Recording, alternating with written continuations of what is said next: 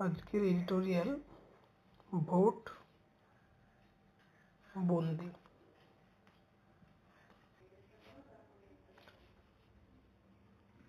মুখ্য নির্বাচন কমিশনার জ্ঞানেশ কুমারের নেতৃত্বাধীন নির্বাচন কমিশনের ফুল বেঞ্চ কলকাতা সফর শেষ করে ফিরল পশ্চিমবঙ্গের ভোট নির্ঘণ্ট ঘোষণা হওয়ার কথা।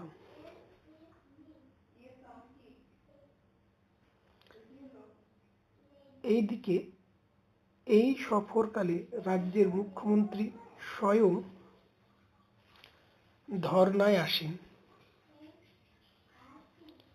শাসক দল তৃণমূল কংগ্রেস বিচারাধীনদের চূড়ান্ত তালিকায় নাম ওঠানোর দাবিতে রাস্তা জুড়ে সরব। বিরোধী দল সিপিআইএম সিও দপ্তরের সামনে রাতভর অবস্থানে বসে। বিরোধী কংগ্রেস ও আইএসএফও যথাসাধ্য উচ্চ রবে প্রতিবাদে সামিল।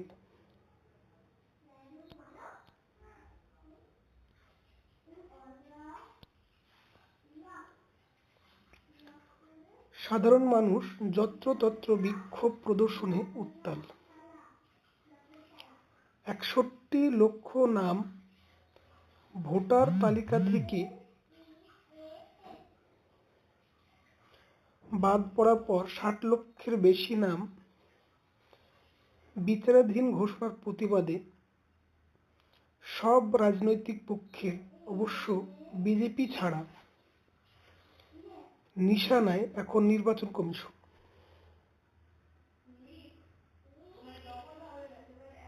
ইতিমধ্যে রাতারাতি কোনো আগাম ইঙ্গিত ছাড়াই রাজ্যপাল বদল হয়ে গেল মধ্যরাতে। এসে গেলেন গোয়েন্দা প্রবর পরিচয়ে খ্যাত নতুন রাজ্যপাল। তন্মধ্যে রাষ্ট্রপতির রাজ্য সফর নিয়ে চলমান অবাঞ্ছিত চাপানোত্তর। সব মিলিয়ে ভোটের আগের পশ্চিমবঙ্গে যে পরিস্থিতি, তাকে কেবল ঘটনাবহুল বললে নিতান্তই সামান্য বলা হয়।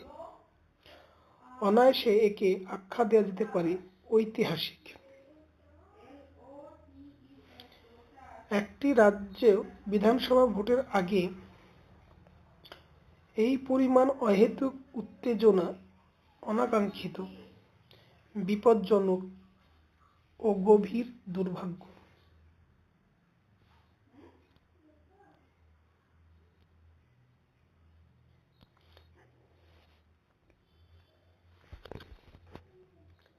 কমিশনের কাছে বিজেপি ছাড়া অন্য সব রাজনৈতিক দলের মূল দাবি, ভোটার তালিকা থেকে এক বড় অংশ মানুষকে যৌক্তিক অসঙ্গতি দেখিয়ে আলাদা রেখে ভোট সংগঠিত হতে পারে না, বরং সেটাই তখন হবে যৌক্তিকভাবে অসঙ্গত। কেননা কয়েকটি খুব বড় প্রশ্নের উত্তর একমাত্র কমিশনের কাছে আছে, অথচ তারা এখনো পর্যন্ত সেই উত্তরগুলি দিতে অনিচ্ছুক বা অপ্রস্তুত।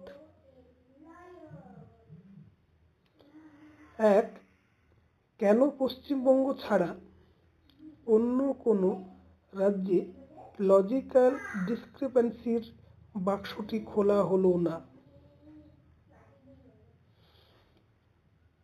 ২, ২০২৫ সালের জুলাই মাসে এই কমিশনই জানিয়েছিলেন ২০০২ এর তালিকায় নাম থাকলে কোনো কাগজ দেখাতে হবে না। তা হলে কেন তেমন ভোটাররাও বহু সংখ্যায় বিবেচনা বন্দী হলেন।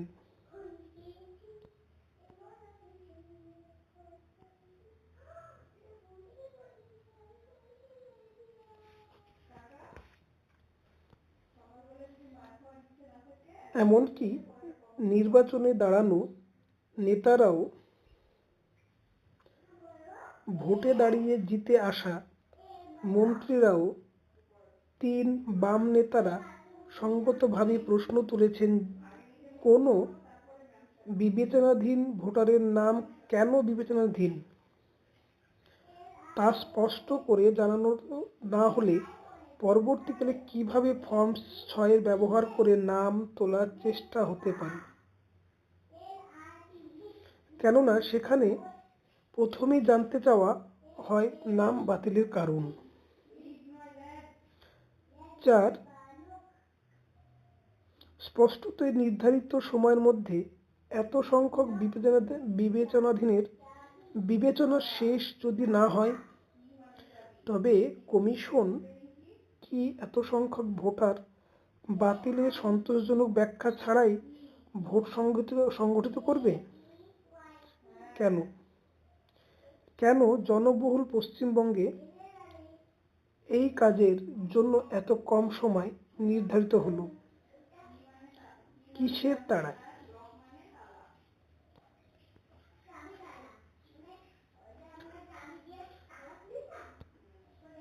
5, মতুয়া জনগোষ্ঠীকে বলা হচ্ছে তারা যথাসময়ে নাগরিকত্বের শংসাপত্র পাবেন,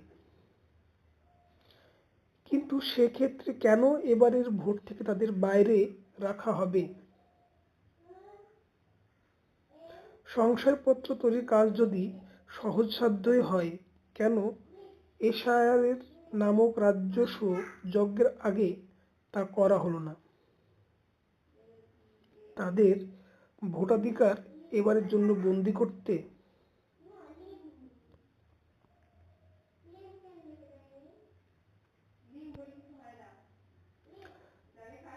রাজনৈতিক দলের পক্ষ থেকে রাজনৈতিক দাবি উঠুক, কিন্তু তার বাইরে পশ্চিমবঙ্গের নাগরিক পরিষর থেকেও স্পষ্ট দাবি তোলা দরকার।